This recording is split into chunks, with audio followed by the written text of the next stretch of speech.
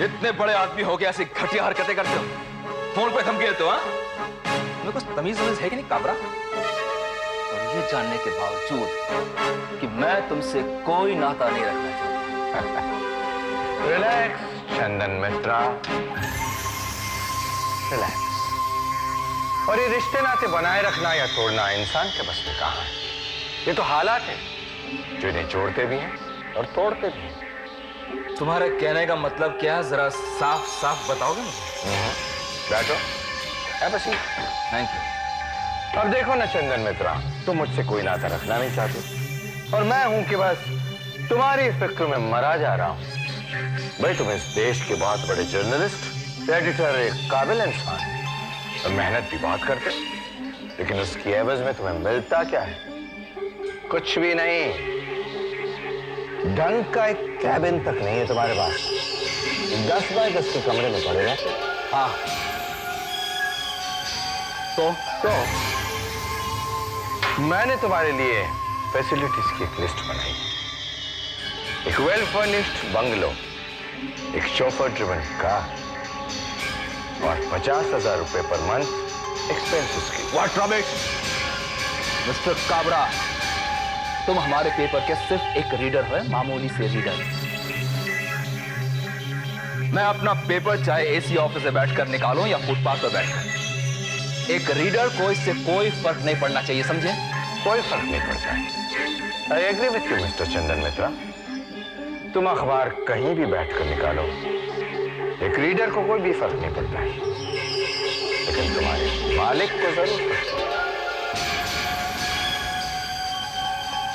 खास तौर से जब वो मालिक काबरा हो। क्या बक रहे हो तुम और मेरे मालिक? मैंने कहा था ना चंदन मित्रा, ये हालात ही हैं जो रिश्ते बनाते भी हैं और तोड़ते भी। अब से तुम्हारा और मेरा रिश्ता मालिक और नौकर का हो जाए। व्हाट? क्या बकवास कर रहे हो तुम और मेरे मालिक? हाँ चंदन मित्रा, मिस्टर थापर जो तुम्हारे पब्लिशर हैं और तुम्हारे पेपर के मालिक भी हैं, वो पेपर बेचना चाहते हैं और मैं उस पेपर को खरीदना चाहता हूं। अब तुम जितना पेपर को आगे बढ़ाना चाहते हो ना, बढ़ाओ। मैगजीन शुरू करना चाहते हो, मैगजीन शुरू करो। बस ये सोच लो चंदन मित्रा, ये खुशियां और शोहरत तुम्हारा इंतजार कर रही है, बस तुम्हारे हाथ में लाने के लिए। जहां तक मैं तुम्हें जानता हूं मिस्टर काबरा, तुम बिना शर्त किसी से हाथ नहीं मिलाते। मेरे साथ क्या शर्त है तुम्हारी? शर्त? चलो इसे शर्त ही समझ लो। भाई तुम हमारे चीफ एडिटर हो, तुमसे कैसी पड़ता था? तुम्हारी ऑफिस में वो लड़की है ना, क्या नाम है उसका, नाम भूल रहा हूं मैं। हाँ, मधु सहाय। सुना है कि तुम में और उसने प्यार मोहब्बत की खिचड़ी पक रही है, तो मुझसे हाथ मिलाने के लिए चंदन मित्रा तुम्हें मधु सहाय का हाथ छोड़ना पड़ेगा, हमेशा हमेशा के लिए। बस बस बस करो। मधु मां बनने वाली है। कुंवारी मां? वाह चंदन मित्रा, तो अगर मुझे उसका बाप भी मिल जाता ना, तो मैं उसे भी मुबारकबाद दे देता। बच्चा मेरा है। बेवकूफ मत बनो। क्या तुम्हें पूरा यकीन है कि तुम ही मधु के बच्चे के बाप हो? तुम खिलौनी शर्त रखोगे मेरे सामने, मेरे सपने लाना था तुम पे। अब लानत दो मुझे या मेरे पैर छुओ चंदन मित्रा, लेकिन तुम्हें करना वही पड़ेगा जो मैंने तुम्हें कहा है। क्यों? जबरदस्ती है क्या? क्यों छोड़ो ये मधु को? और क्यों मानूं मैं तुम्हारी बात? ऐसी कौन सी मजबूरी है मेरे साथ?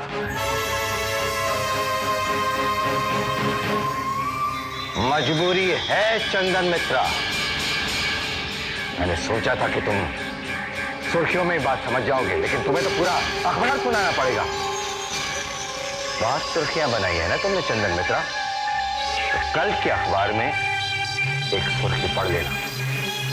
कि बहुत बड़े एडिटर चंदन मित्रा की कहानी खत्म है।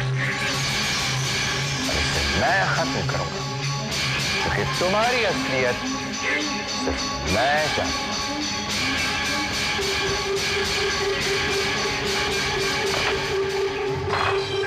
हेलो मोना, अंदर आओ।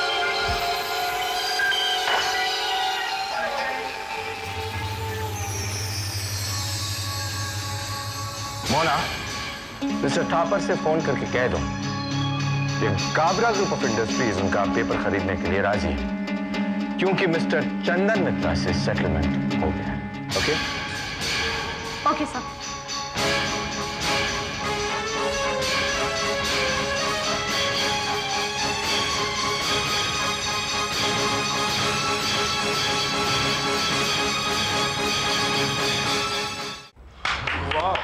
क्या कहानी है। वाह कमाल साहब, आपने तो कमाल कर दिया। शुक्रिया शुक्रिया।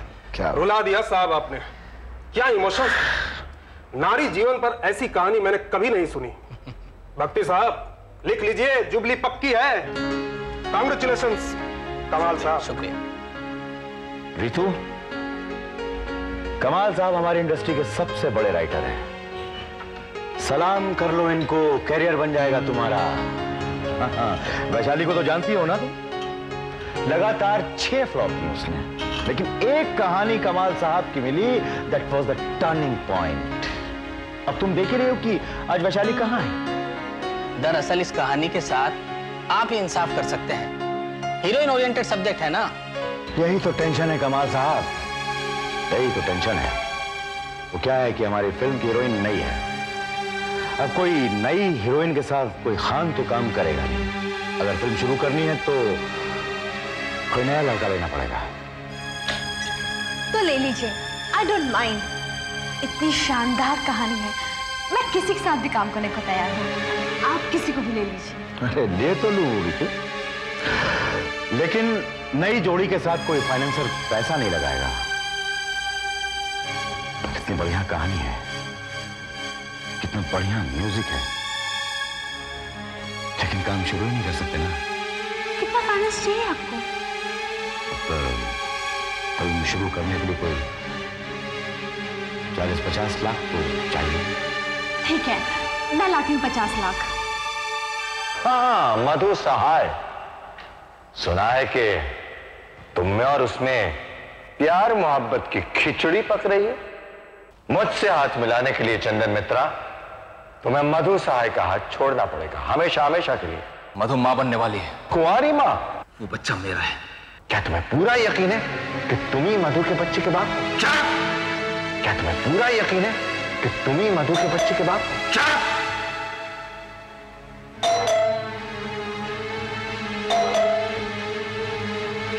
चंदन,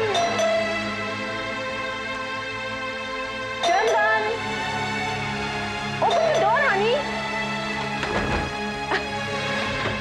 I'm home with bag and baggage. Oh, चंदन, क्या बात है? तुम्हें मेरे आने की खुशी नहीं हो रही? और ये क्या? आज इतनी जल्दी शुरू कर दी? क्यों? इसके पीने का कोई वक्त होता है क्या? नहीं, वक्त तो नहीं होता। और तुम्हारे लिए तो मौका भी है आज। पापा बनने की खुशी में पी रहे हो? नहीं, बेवकूफ बनने के गम में। देखो, तुम किसी मुगालते में मत रहना, समझी? आज तो तुमने मुझे अपने बच्चे का पापा कह दिया है, आइंदा से मत कहना। मुझे ऐसा मजाक पसंद नहीं, बिल्कुल। क्या हो गया चंदन, ये कैसी बहकी बहकी बातें कर रहे हो? लगता है तुम्हें चढ़ गई है। नहीं, उतर गई है, उतर गई है। देखो, हम लोग अच्छे दोस्त हैं, समझे? सिर्फ अच्छे दोस्त। तुम्हारे घर में प्रॉब्लम है, टेंशन है, ठीक है, यहां आके हो, लेकिन सिर्फ दोस्त बन के, सिर्फ दोस्त बन के। इसे कोई और नाम देने की कोशिश मत करना। दोस्ती की बात कर रहे हो चंदन? तुमने मुझसे कहा था कि तुम मुझसे शादी करोगे। शादी?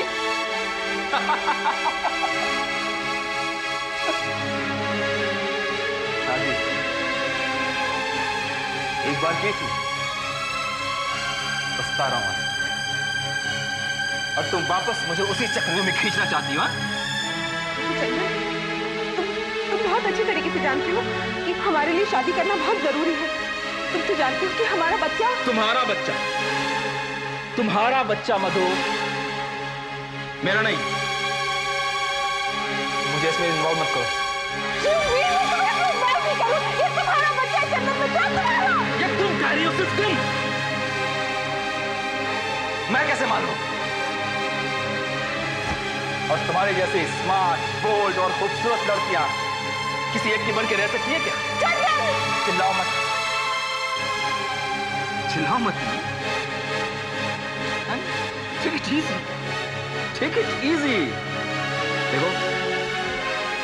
देखो ये बच्चा हमारे लिए कोई प्रॉब्लम नहीं है, कोई प्रॉब्लम नहीं है। और तुम तो मुझे जानती हो अच्छी तरह से कैसा इंसान हूं मैं, हैं?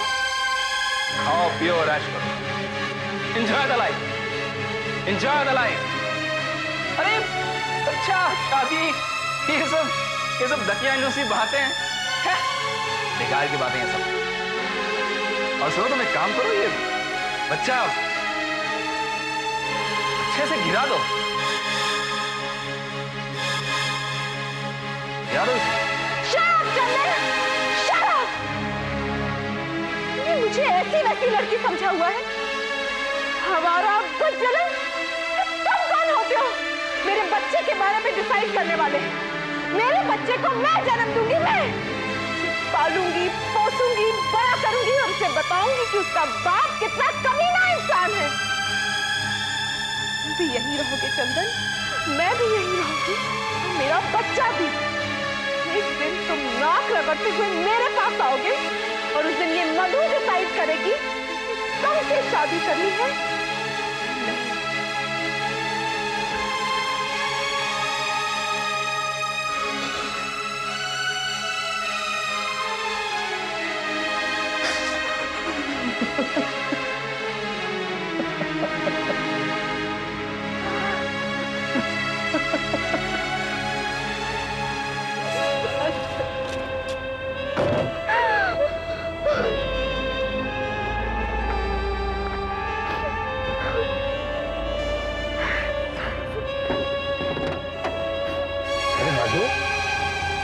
क्या हुआ बेटे, तुम्हारे बैग और इस तरह क्या हो गया?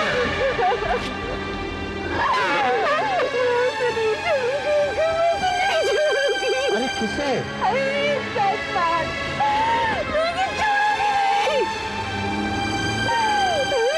चंदन मित्रा।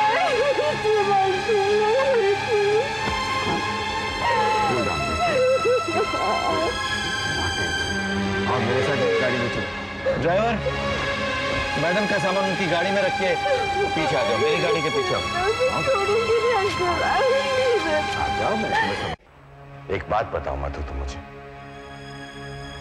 क्या तुम भी मुझे बुरा आदमी समझती? नहीं अंकल, बुरा तो वो चंदन है। आदमी को मैं नहीं छोड़ूंगी, उसे मैं सबक सिखा कर रहूंगी। रिलैक्स बेटे, रिलैक्स। और चंदन मित्रा को अगर सबक सिखाना है तो तुम एक काम क्यों नहीं करती? उसके सामने एक चैलेंज खड़ा कर दो। चैलेंज?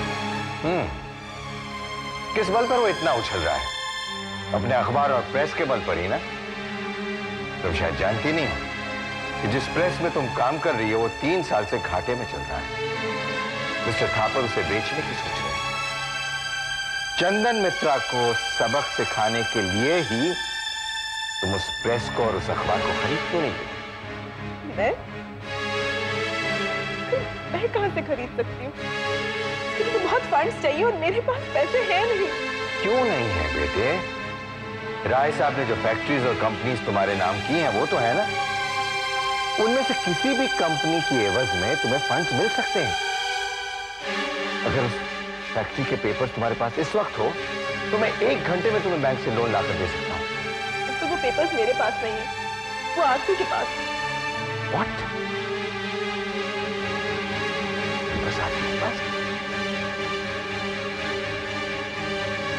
तब तो कुछ नहीं हो सकता है, बहुत मुश्किल काम है, क्योंकि बेटे आरती वो पेपर्स कभी नहीं लौटाएगी। कैसे नहीं लौटाएगी अंकल? वो प्रॉपर्टी मेरी है जो पापा ने मुझे दी। आरती है क्या? सिर्फ एक केयर टेकर। मैं अभी जाकर उसे उसकी औकात दिखाती हूँ। मेरी प्रॉपर्टी के पेपर्स में लेकर आती हूँ।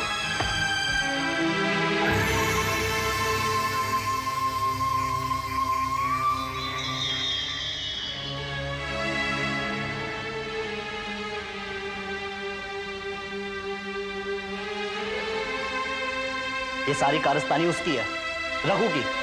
अच्छा खासा हमने उसे बाहर निकाल दिया था और आपने उसको वापस रख लिया अमित भैया। अरे यार सुनील, मैंने सोचा था कि रघु सुधर जाएगा, लेकिन मुझे क्या पता था कि वो फिर से धोखा देगा। अमित भैया, कुत्ते की पूंछ 12 साल भी नली में बंद रखी जाए तो भी सीधी नहीं हो सकती है, और रघु ऐसा ही है। उसने आपको धोखा नहीं दिया, धोखा आपने खुद ने खाया है और हम सबको परेशानी में डाल दिया है। अब मैं क्या करूं? आरती ने कितनी मुश्किल से मजदूरों को काम पर आने के लिए तैयार किया था। तुमने उस रघु को वापस काम पर लाकर उसकी सारी किए कराए पर पानी फेर दिया। अमित, मामा, आप लोग तो ऐसे बात करें जैसे ये सब कुछ मैंने प्लानिंग के साथ किया। अरे मैंने सब कुछ अच्छे के लिए चाहा था, बुरा हो गया तो मैं क्या करूं? और अगर आपको मेरा बोलना, मेरे डिसीजन इतने अखरते हैं तो आप लोग मुझे ऑफिस में क्यों बुलाते हैं? मैं घर पे ठीक हूँ, आप लोग चलाइए। मैं cool down Amit, cool down. इसमें नाराज होने की कोई बात नहीं है, ठंडे दिमाग से सोचो। अब ये बात तुम ही मुझे बताओगी? एक छोटी सी बात के लिए आप सब लोग मुझे ब्लेम किए जा रहे हैं और मैं ठंडे दिमाग से काम लूं? अरे एक प्रॉब्लम होगी, उसे सॉल्व करो, पुलिस को फोन करो, रघु को अरेस्ट करो, बात समझ आएगी। इतना आसान नहीं है जितना तुम समझ रहे हो। रघु को अरेस्ट कराने से मजदूर नाराज हो सकते हैं, बात और बिगड़ सकती है। बात क्या है मुझे अच्छी तरह से पता है, मुझे बहलाने की कोशिश मत करो। गाड़ी बुलवाओ, मैं जा रहा हूं। For heaven's sake, stop it, Amit, बहुत हो चुका। तुम यहाँ क्या कर रहे हो? वो मैं क्या करने आए थे तुम यहाँ? मैं समझा कि शायद आपको मेरी जरूरत पड़ेगी मैम साहब। वो ऐसा ना कि इन मजदूरों से निपटना आपके बस की बात। अब जो बात होगी मजदूरों के सामने, मुझे अकेले में तुमसे कोई बात नहीं करनी है। तुम जाओ यहाँ से।